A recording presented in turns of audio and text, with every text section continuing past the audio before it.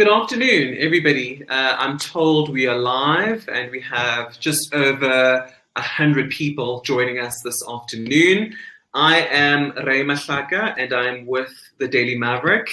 This afternoon, we will be discussing entrepreneurship with Mike Quinn. He authored this book. It's called Failing to Win. So this is the book we'll be discussing. I hope you can all see it. There we go.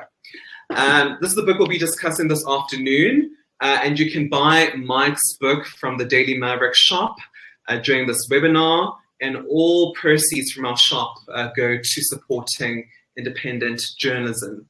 Thank you so much to ABSA for sponsoring this webinar and supporting Daily Maverick. So we really thank you there. And about Mike, just a brief introduction to Mike. He is an entrepreneur. He helped build a startup in Zambia called Zoona. Zoona was a pioneer in the African fintech ecosystem. Before fintech was even a popular word, it's now a buzzword, fintech. We hear so much about this word. But Zoona specialized in money transfer, targeting the unbanked population, and helping Africa to one day become a cashless continent. Zoona grew and attracted millions of dollars in funding from investors.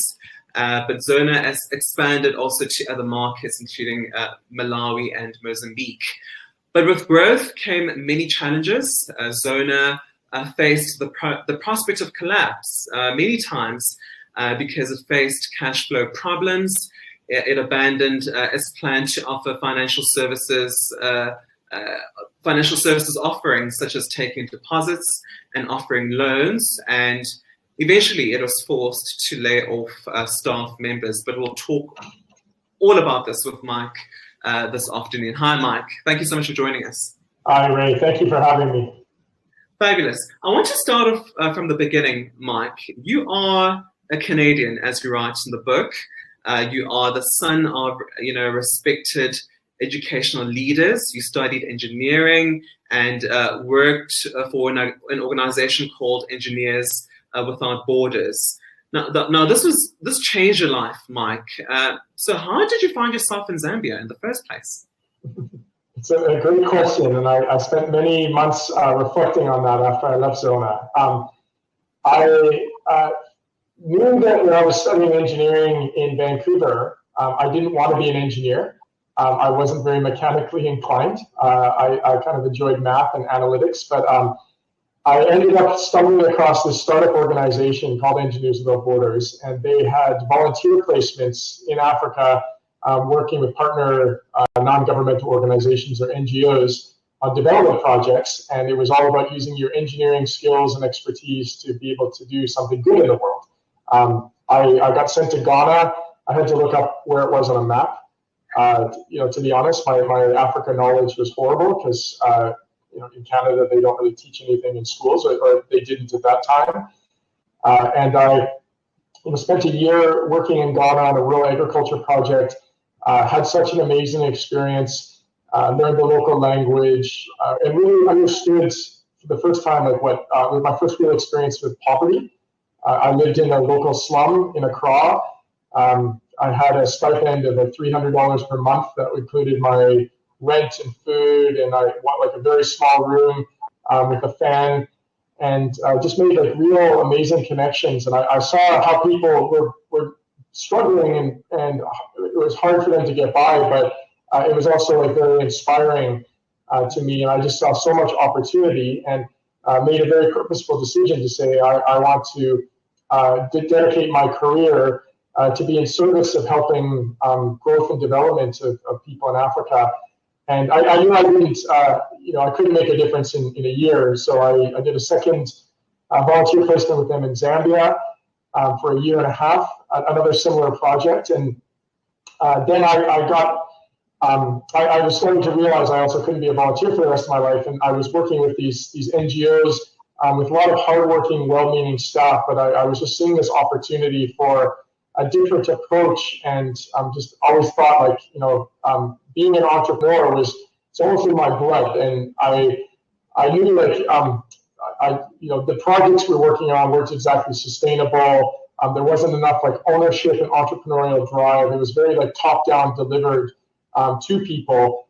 And I spent the next 2 years doing higher education. So I went and did a master's degree in international development, and then I got a very lucky break and got into the MBA program at Oxford with a scholarship on social entrepreneurship, which was this new real buzzword that was happening at the time of like how can you use like the entrepreneurship traditionally is about like building businesses that where you focus on making money, but how can you apply those principles of business building and entrepreneurship to focus on really helping people and doing things that's like money is a tool but not necessarily the ends. And when I graduated from there, I jumped on a plane and moved back to Zambia, and that was like really the breakthrough moment of saying, well, I'm going to do this for 10 years at least, and I want to find entrepreneur co-founders that are building, purpose-driven businesses that have huge scale potential, and that was the beginning of the story. Yeah.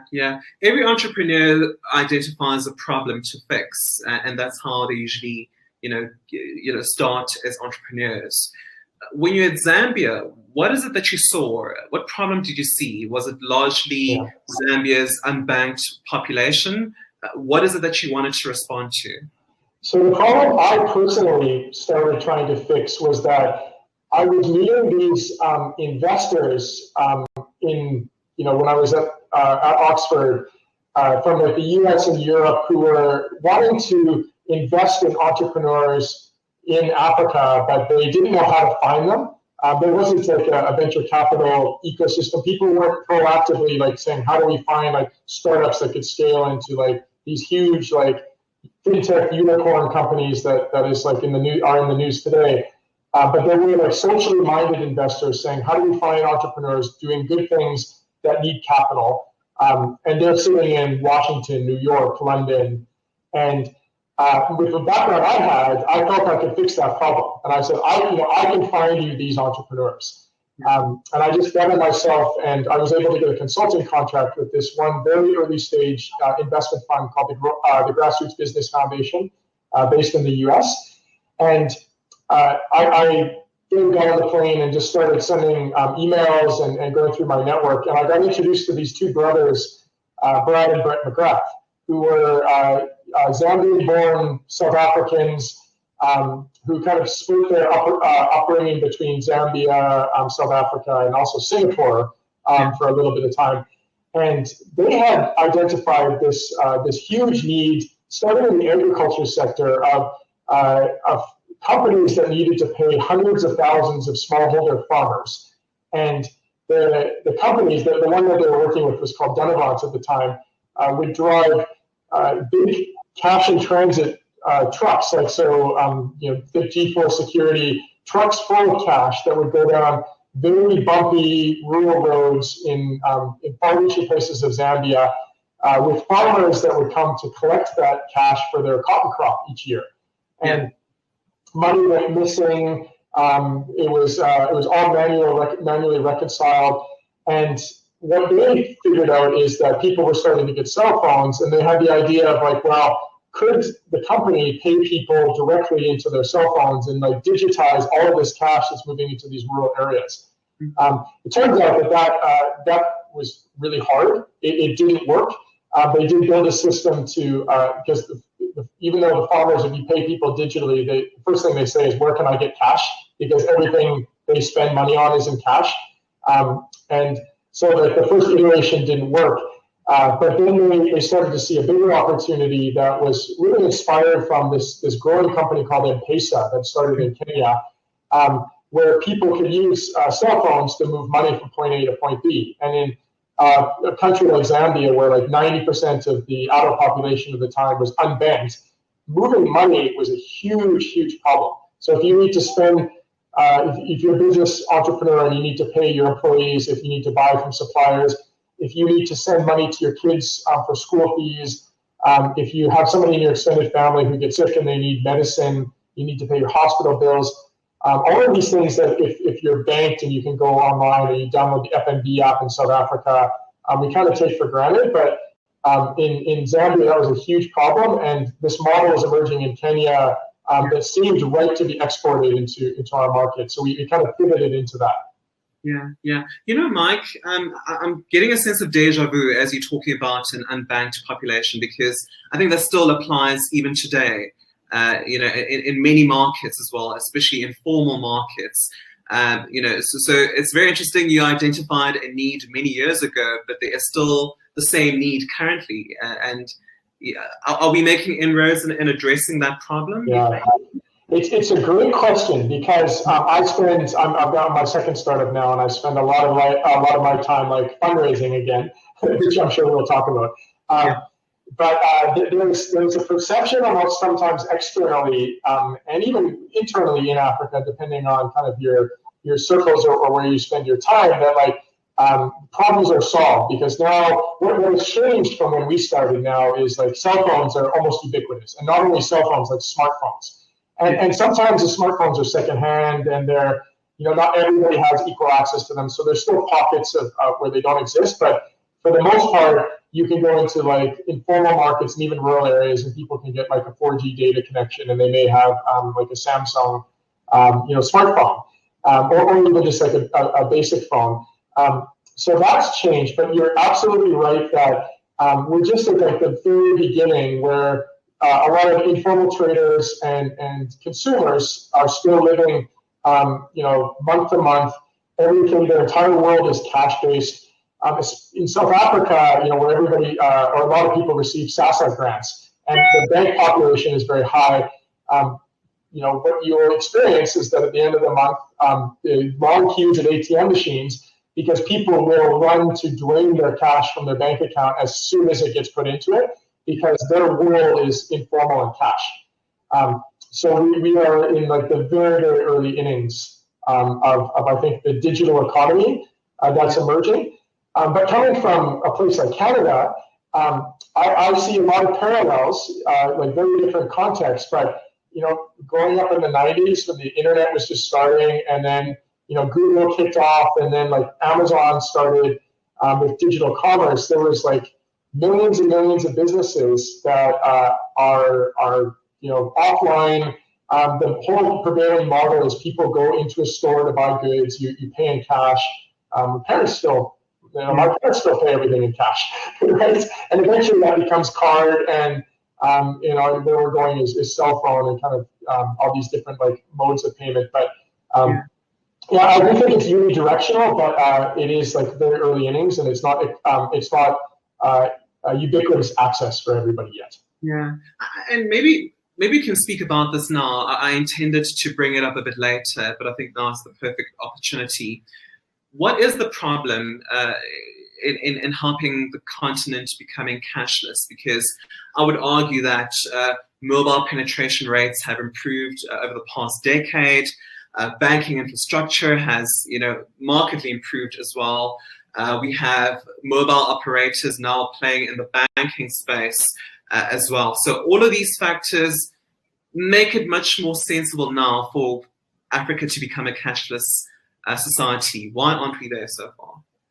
Yeah, so let me maybe reference kind of the Zoona story and the niche we started. So I mentioned the big innovation that started in Kenya called M-Pesa, where it was a single challenge where the majority of people are unbanked.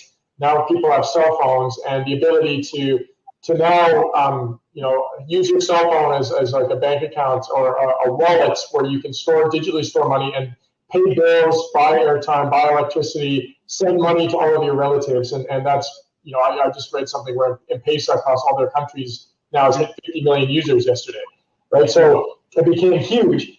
But the real innovation that M-Pesa uncovered was the ability to decentralize a bank branch and an ATM machine into a human with a phone and a cash box that could be like a human-powered microbank bank branch. Because I think the restrictions of a branch are obvious. They're expensive. You need to like build. You have a building and infrastructure, and when you go into informal markets, like that doesn't happen. So like the extension of that is an ATM machine where you can get cash out, or in some cases put cash in to take your cash and digitize it. But ATM machines also require an investment in the capital, and they require electricity. And a lot of informal markets don't have those. And so what M-Pesa discovered was that you could take a human with a phone who could provide the service to consumers in that person's community, who would then come and deposit cash to the agent to get the money onto their wallet that they could then use to pay for things and send money around. And so that is like the primary problem. We call it like the cash in, cash out problem. And when we started Zoona, which was originally called mobile transactions, that's what we wanted to solve. Where we said, you know what, we don't need to register all of these millions of consumers for accounts or mobile wallets. What we need is to build an agent network of people that across the country could digitize consumer cash and help people with a very simple offering to send money from point A to point B, and whether this is like from town to town or within town.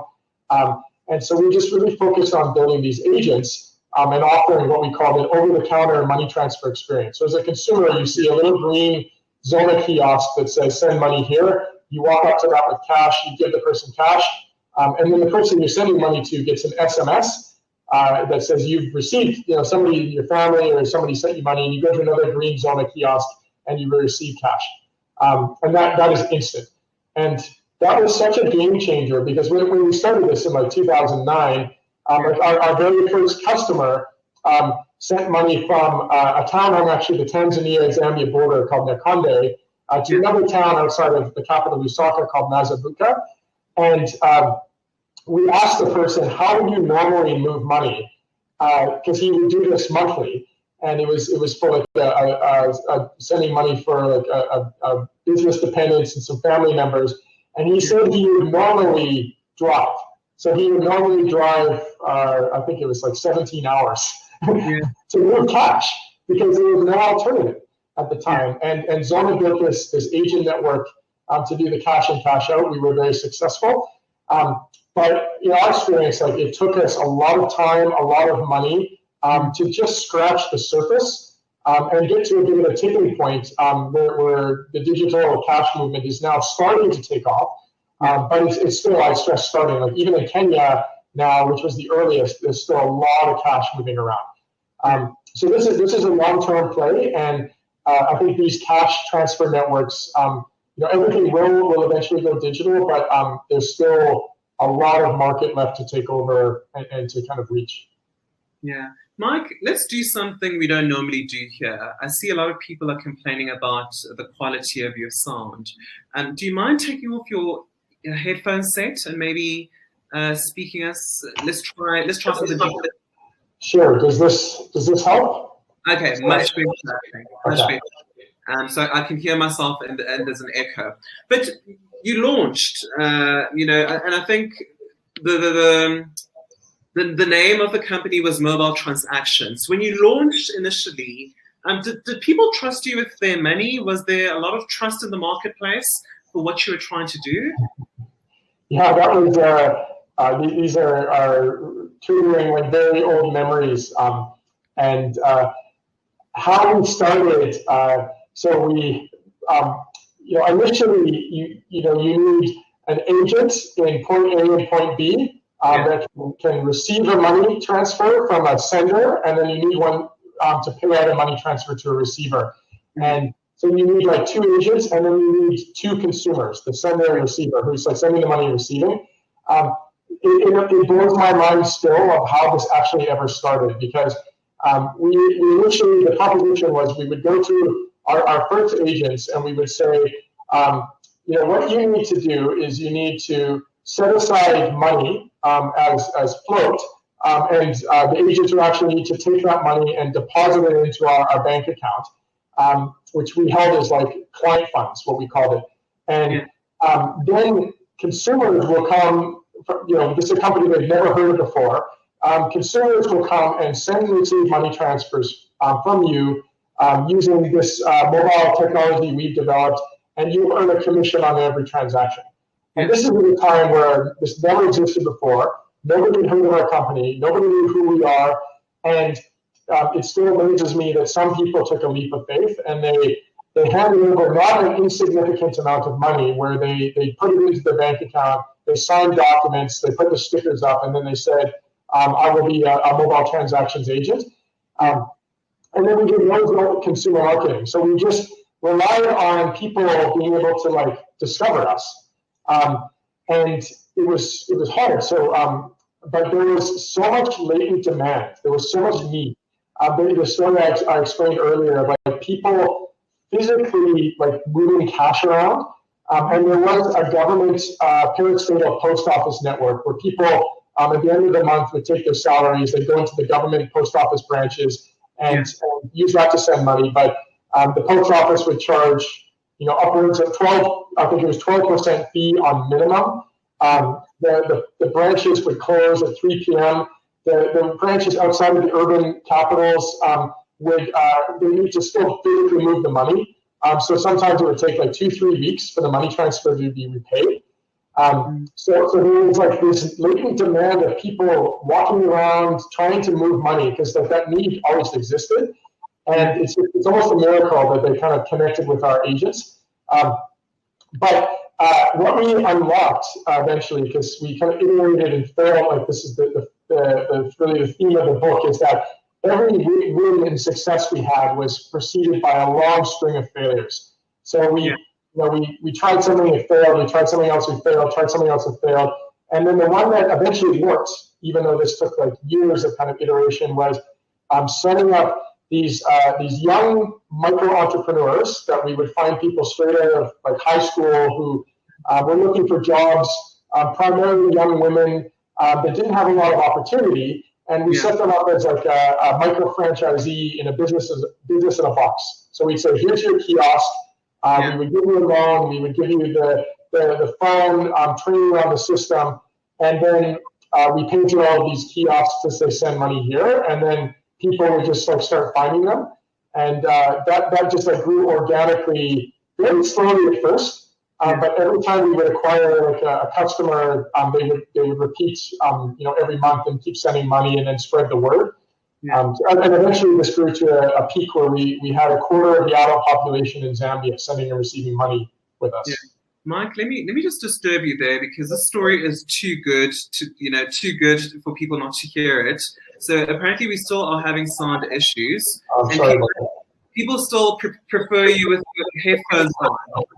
And so my suggestion has completely failed spectacularly here. So let's try again, maybe. Cool. I apologize for this. This is maybe I'm in a quiet room. In a home environment with good internet, so I'm not sure what's happening. But let's see where the line takes us. And initially there were teething problems. Your agents stole money, some of them. There were some people who didn't receive their money when it was being transferred. Can you just talk us through those teething problems, Mike? Yeah, part of it was just us trying to figure out what to do as well, because we didn't have a playbook, right? There was no other business that was doing this. Like it was M-Pesa, but M-Pesa was actually different market, and it was launched by the largest like telco and almost as like a corporate startup. So we were just flying by the seat of our pants, and we knew we needed to build a far-reaching network for people to send and receive money, to and from, and we just hustled. And so we took a lot of risks where we were giving out loans. We quickly hired staff without any process to go set up agents. We trusted people just to be honest, and a lot of people took advantage of that initially. So like we would give an agent a loan, and they would to make sure they had floats so that when a customer came, they could cash out the money transfer, or if the trust would break down.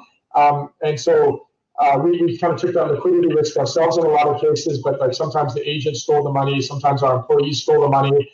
We had very poor controls, and we eventually just kind of like systematized it, and it was part of, I think, our process as entrepreneurs and managers of learning how to build a business and hire people properly and have like good operations and good controls.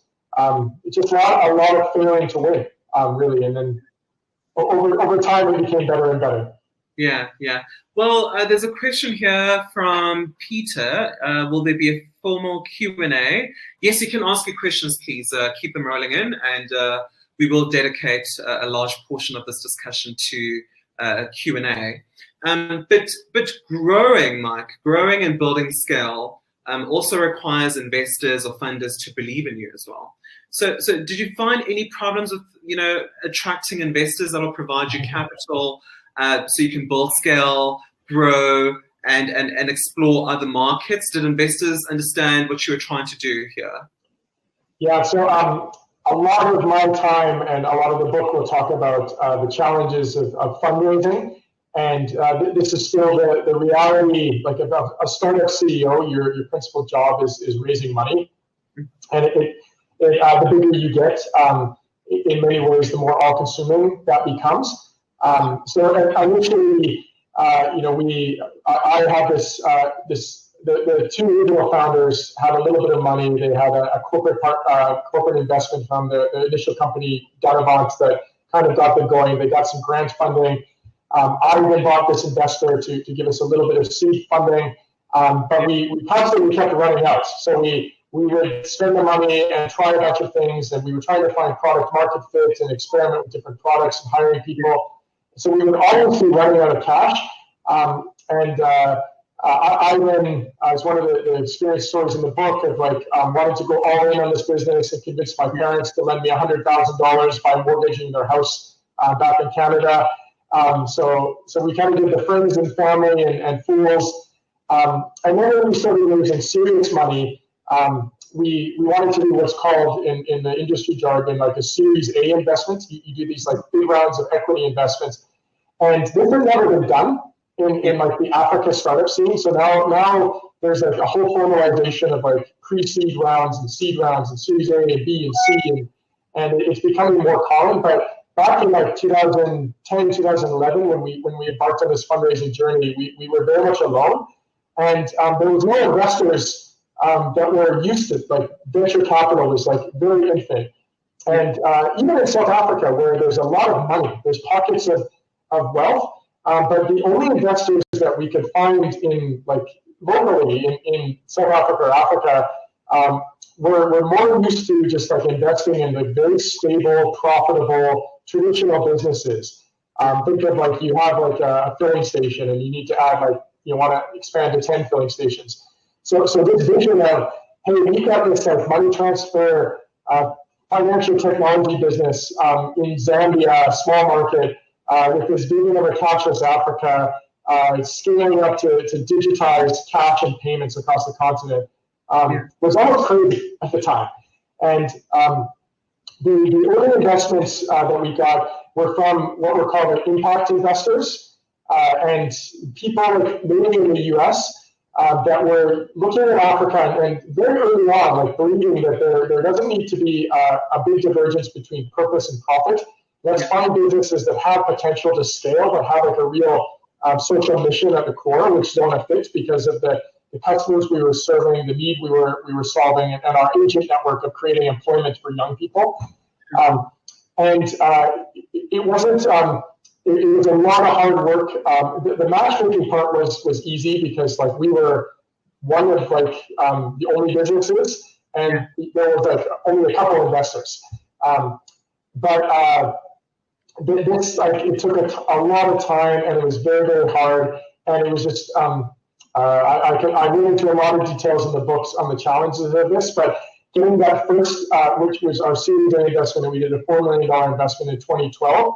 It was very much like a landmark for the whole ecosystem across Africa, but it like almost didn't happen several times. It took really a year to make happen, and then after that, like every round we did was hard. It was never easy, and at the end of the story, like one of the penultimate failure was an investment round that didn't happen that led to a near total collapse of the business, and just like we were in a position where we needed this continued investment to keep growing, keep scaling, getting bigger, and we were very dependent on it, and that became our Achilles heel at the end. Yeah, but also investors put unrealistic expectations, I think, on Zoona, because One of the investors was the World Bank's International Finance Corporation, and they applied a lot of pressure for Zoona to expand into many markets. I think Ghana, Mozambique, DRC, yeah. Yeah. So rapid expansion plans. I don't think you were ready to expand to those markets yet, huh? Yeah. And I think this is a mixture of so our mixture of the investor pressure and our ambition, because our vision from the beginning was always the cashless Africa. We viewed Zambia as like, this is our proof of concept, and then we're going to scale up from there. So I can't put all of the blame on investors for pushing us, but if you kind of go back to when we started thinking about real expansion was in like 2015. So we were already are scaling really quickly, a fairly mature business in Zambia. We were at the top of our game, and there was a big currency crisis that happened. And the currency in Zambia depreciated very quickly, so we had a lot of revenue that was in Zambian kwacha that disappeared. We were building a technology center in South Africa, in Cape Town, so we had South African rand costs and this mismatch of currency. And so the prevailing wisdom of the time that our business was strong and growing and vulnerable to macroeconomic shocks like the currency crisis, and we were ready to expand because the model was working. And we did have a very successful expansion in Malawi. And so the challenge when we raised this money, which was called our Series B round, we did a $15 million investment round, which was another landmark at the time.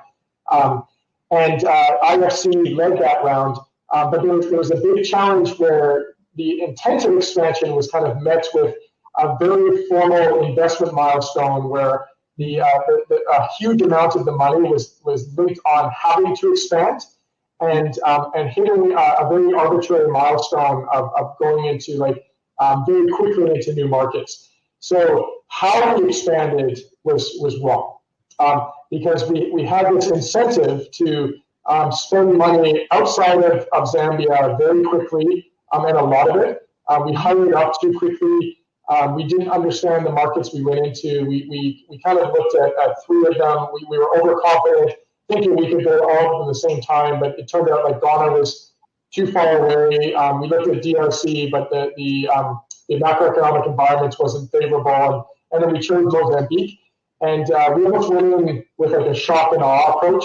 Even though in hindsight it seems like, oh, why would you do this? This was dumb. But it's like when you have money and a lot of it, and you have like a pressure, and you need to hit milestones to unlock more money. And we were hiring like very experienced people, and it seemed like everything was just going to work, and then it didn't. and we ended up with a very painful lesson of like.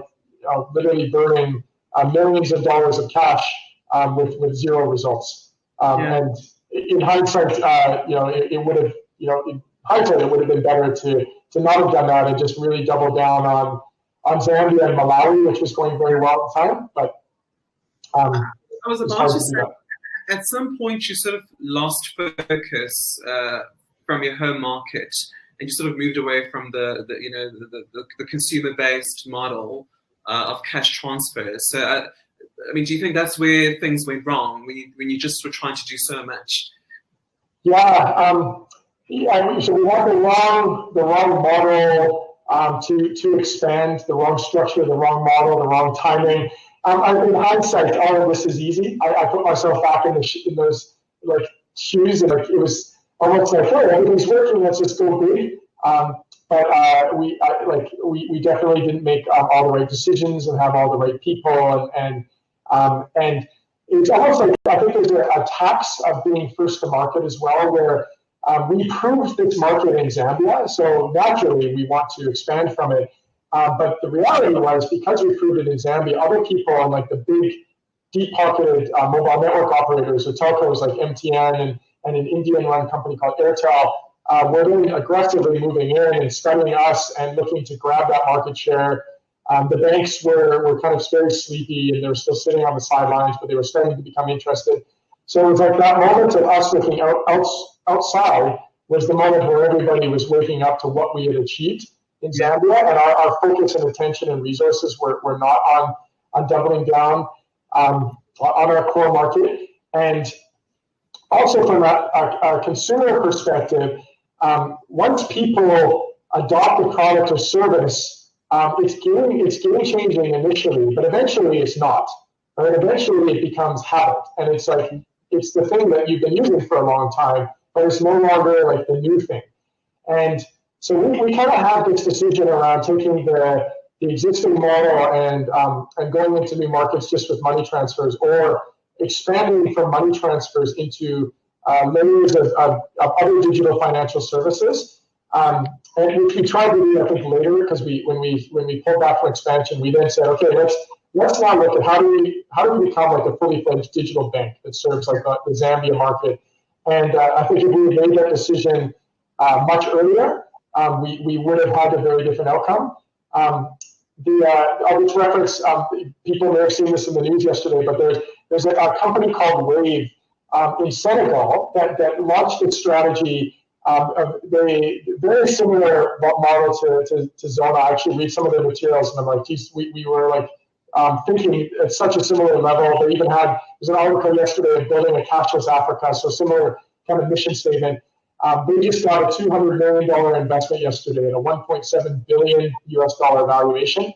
And I think about our timing was wrong, right? Yeah. This is Senegal, and there's Senegal, Cote d'Ivoire, but like if we were Zambia and Malawi, and we were a different time, and we kind of got that right, like that could have been us. Sure. So we talked through some of the challenges, and Steph Anderson asks, what are you most proud of? I assume, helping build Zoona. Yeah, sorry, I'm in a rare moment in London where there's actually sunshine today, and it's towards my window, so I'll just move. So I'm proud of so many things, and this took me a long time after leaving, because there was like a penultimate failure that led to my exit. So I had to go through this process of like feeling like a failure, and disaggregating that from like we failed to achieve what we wanted to. But then really the process of writing the book was allowed me to like really reflect on all of the things we achieved. And I'm incredibly proud of the pioneering role we played in the Zambian markets to really create a market of which others, even though they captured the value, but have been able to come in and like Zambia is one of the fastest growing digital ecosystems on the continent. Millions and millions of people now use digital financial services and mobile money to move money around and access a whole range of services. There's tens of thousands of agents there. And so I think we created that. We inspired and kind of created a platform for other companies. I mentioned Wave in Senegal, but like others to learn from. And we also created I think we proved the concept of like investment coming into Africa. Again, it was a tax of being one of the first ones. It was harder to get. It took way more of our time. There wasn't a lot of proof points of companies that like took this money, scaled up, and then returned it to investors at a much higher multiple than is starting to happen now. But I think we built the foundations that like makes the journey a lot easier for investors and startup entrepreneurs and founders. And I'm also proud to have written about it, shared the stories. I hope other people can learn and got back on the horse to start again. So I'm doing it all over with a new startup called Boost. Yeah. And what about the impact to society and impacting their investing? Because some of your agents, you created jobs for them. Some of them are breadwinners. Some of them brought their family members to work, together with them as well. I mean, what about the broader societal impact? Yeah, so I'll give a story of one of the women in the book called Sandra Jerry, who was our first agent in a town called Kitwe, a city called Kitwe, one of the second biggest city in Zambia. And we set her up. This was back in, I think, 2009. We literally found like a young woman in her early 20s and said, go find your own table and chairs. We'll give you a loan for the float, make your own sign, and then we will just like send customers to you, and you can earn commission. And she was so desperate for a job that was an appealing proposition. Like that was kind of the sad reality where there were no alternatives. And I visited Sandra several years later. She was managing like many outlets. I think it was more than a dozen outlets. She was employing 20 plus people. And out of the profits of her business, she had built a house. And at this point, she was, I think, like a 27-year-old young woman, and it was almost unheard of. And her husband was working for her. Her dad was working for her. She was the breadwinner of her family. And all of the people that were her tellers that actually processed the transaction across all of these outlets were all aspiring to be like her. And she was turning over hundreds of thousands of dollars a month in cash transfers. And that was one story. We did that so many times over, where we just created so much impact, like real impact with our agents. And then like the problems we were solving for consumers were very real, because this like need to move money around. It was like somebody is sick and you need to pay for their medical bills or get the medicine, and you need to get the money quickly. Right? And there's no way of doing that before. With Zoona, we created that. So I believe the impact we had was very real, and it's something I'm very proud of. Yeah. I'm going to blitz through the questions. Peter asks, Mike, do you feel the Zoona operating model was ideal, given where you were at the time? So the headquarters were in Cape Town, but you had in-country operations in Zambia. Was that ideal? Yeah, so it was a necessity initially. So out of the three of us that were originally, the two original co-founders, Brad and Brett. Brett was in Cape Town from the beginning, building the technology. And like at the time, there was no technology developers in Zambia. Like that was a talent pool that did not exist. And Brett was there, and he had a small team of initially a couple of engineers that were building the original system. And then Brad was in Zambia, and I was in Zambia. So Brad and I kind of built out the agent network and operations. Then we hired a fourth partner named Keith Davies, and he became our CFO. And initially started in Zambia, but then we were like, we started thinking about, how do we build out like a finance platform and an operations platform? It doesn't need to be in market. And so he joined Brett. And so before we had really any like institutional investment, we had like this structure of Cape Town, Zambia.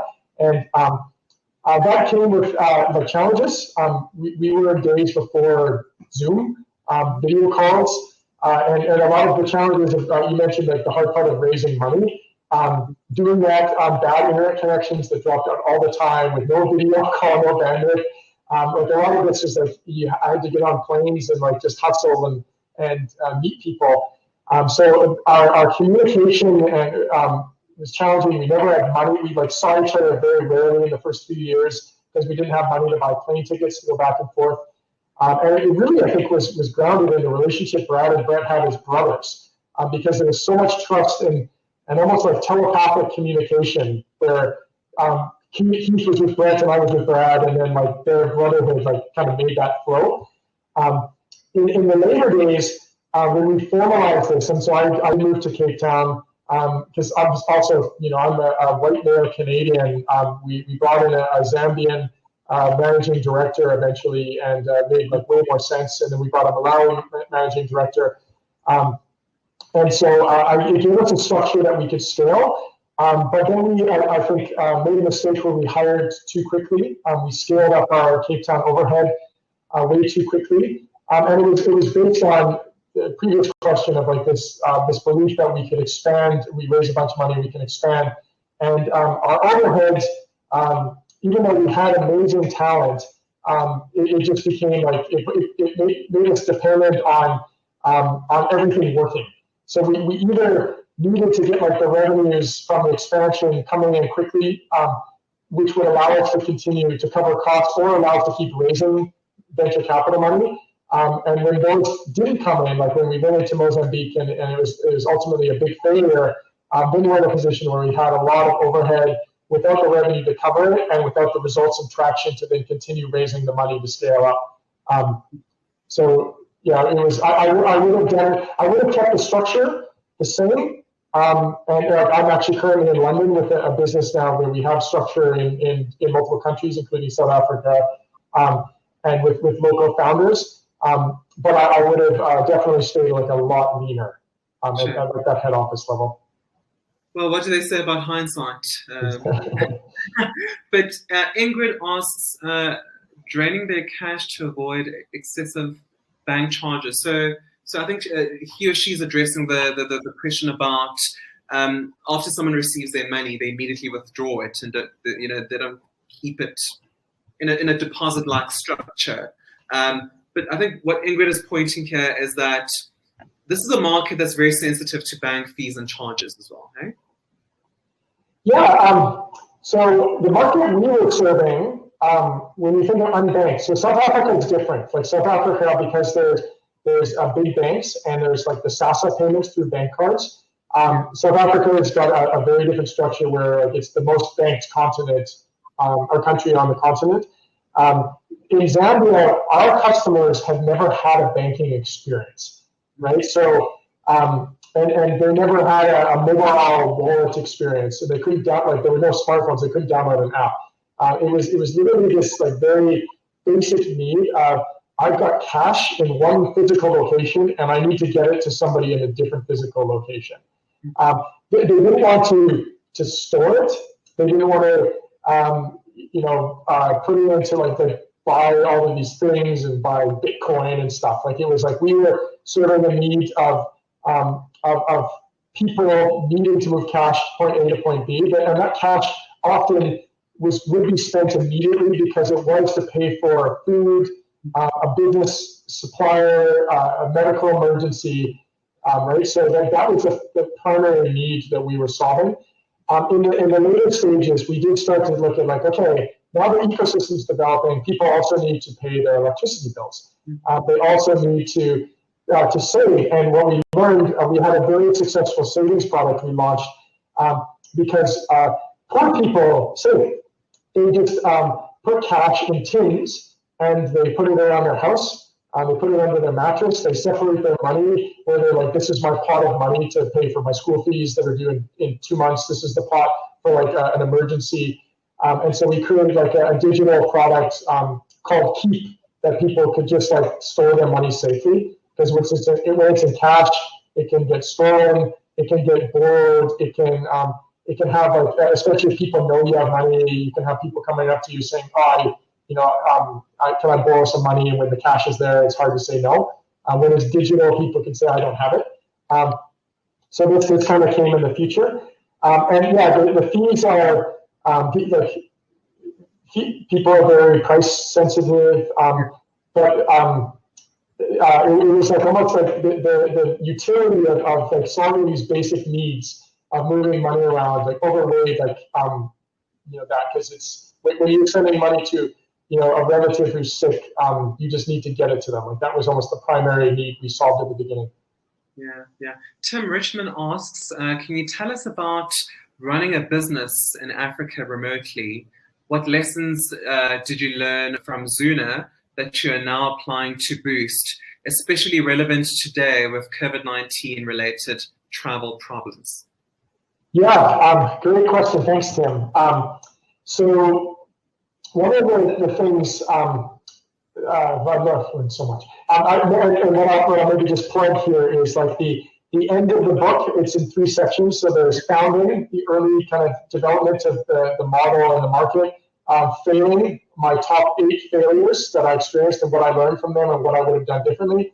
And then the last section is winning, which is how I was able to like adapt these lessons and then create a set of virtues, which are like action-oriented values, and then principles of how I would run a business and set it up differently that I've immediately applied into my new startup called Boost, which is now a 1.5 years old. We started from my bedroom in Cape Town in COVID, raised the first money in April during the hard South African lockdown.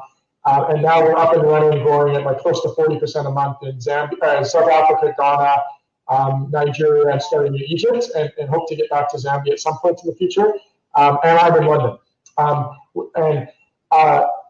Two biggest learnings I would say is that each market I really believe should be run by founders that are from that market, that know their markets incredibly well. And so this was a big self-awareness for me that like even I learned in this journey. Like I was in Zambia initially, but I'm not Zambian, and we eventually kind of replaced me and Brad with like a Zambian managing director. But it's a difference from hiring an employee or country manager to having a true founder and entrepreneur. So with Boost, what I've done is set up the different markets that we work in with like co-founders from those markets. So not people who report to me, not employees, but like I have co-founders in the different markets I mentioned from day one.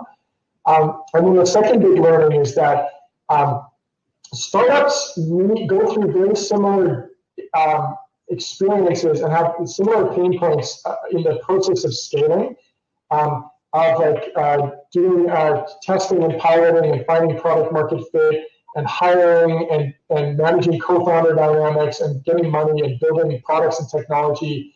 And a lot of that can be centralized, and a lot of people reinvent the wheel. We do this over and over and over. And so my mission at Boost is really to provide a service to the founders, the co-founders that we work with in Africa, to do the heavy lifting of raising money, of building the technology rails, of the operations processes, and like the business infrastructure, so that the founders that are in each market can really focus on the important things of acquiring and serving customers, and really like building out their businesses without having to spend 50% of their time chasing investors around and convincing people around the world to give them money, because I can do that. Right? So I focus on fundraising still. I still do a lot of that. And I got two co-founders in London. That one is our COO that does like the systems building, and one is a CTO that builds the technology rails. And that was a big lesson. And so it's very much, I believe we can get the best of both worlds of like going global, but being local at the same time. Yeah. I want to fast forward to the Zoona story, Mike. So the problems with a lot of investors didn't want to pump money into the business because they were concerned about the market. Zoona was burning cash, and you had to cut costs by letting go of people, asking people to take severance packages, and you ended up leaving Zoona. In the book, you focus on reflecting on the failures in every book chapter.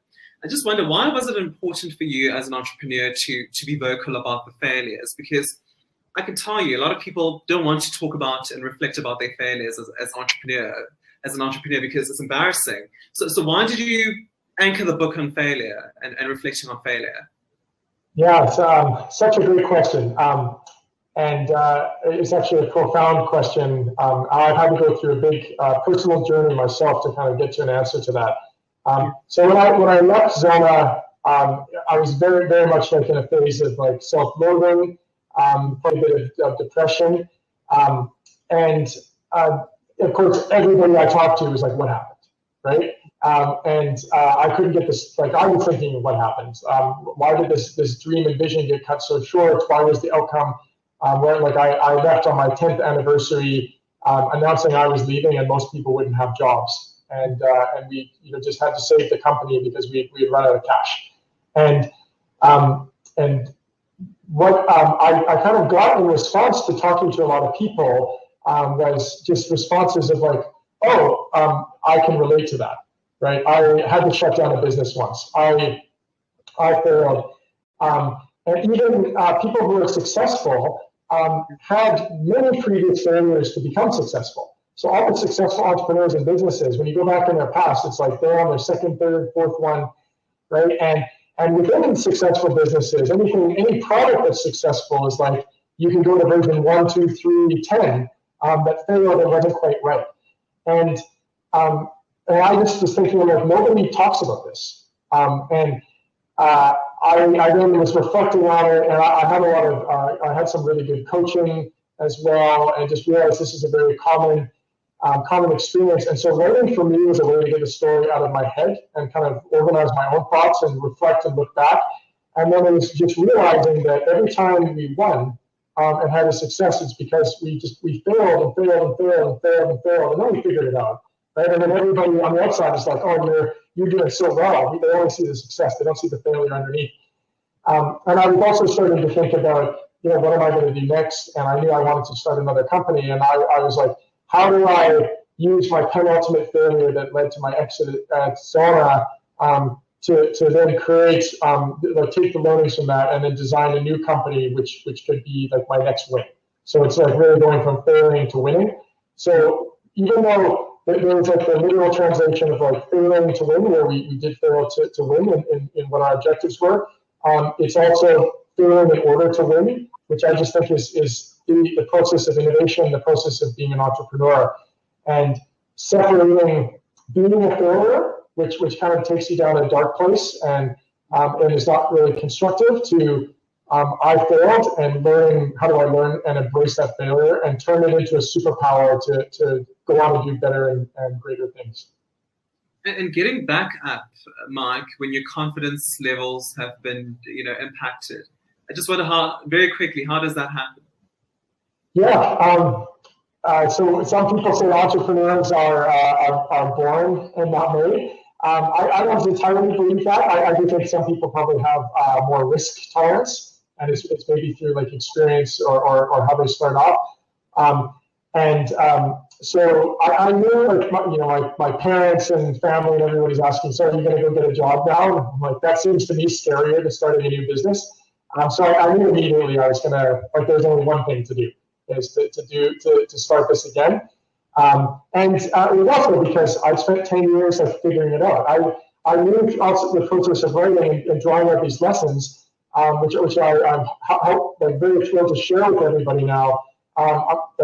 I could fast forward like really the first 5 or 6 years, which I hope that the book allows other entrepreneurs to also do, and even investors and managers and leaders, because I think you will find that there's so many common challenges that we all go through.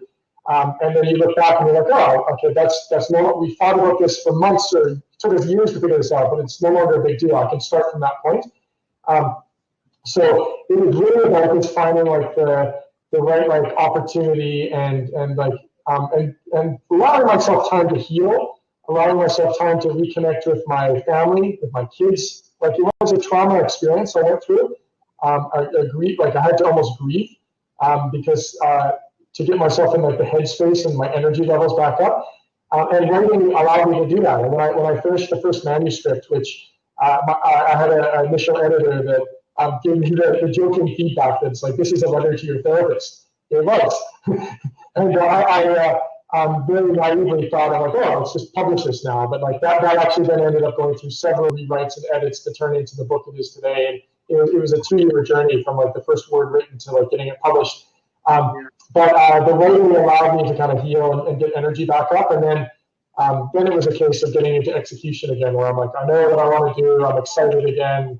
And like, let's start finding people and getting back on the horse. Yeah, I'm going to seek a last question, and we've got 2 minutes before we go. Simon asks, what do you believe is the key area to invest in to drive fintech growth in more informal African markets? I mean, are we still going to be talking about an unbanked population over the next 5 to 10 years, Mike? Yeah, I think so, because the population growth is too big. The market, there's too many holes in the market.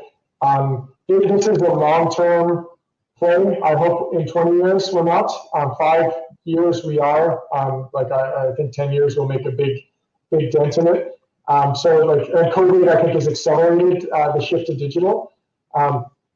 And people around the world globally are waking up to Africa as an opportunity, as a market. So more and more money is coming in. And I hope South African investors jump on that bandwagon, because it's still a very conservative place, very hard to raise money for startup in South Africa. I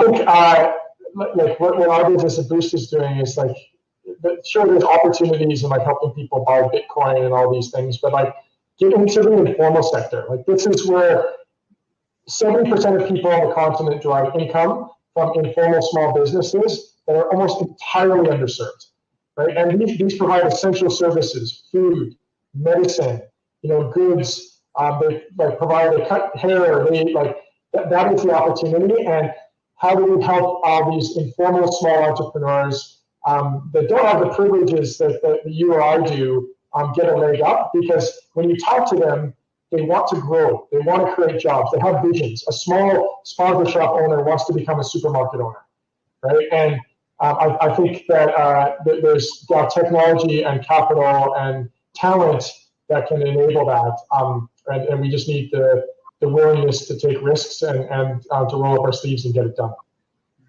Mike Quinn, the book is called Failing to Win. I implore you to pick it up. Mike is sparingly frank in this book. He reflects about his journey in entrepreneurship journey. We apologize for the sound quality. We are working from home still, so there will be some problems. But thank you so much to everybody who's joined us. Mike, thank you so much again, and I hope to keep in touch soon as you are on to your next venture. Cool. Thank you, everybody. Ciao. Thank you. Bye-bye.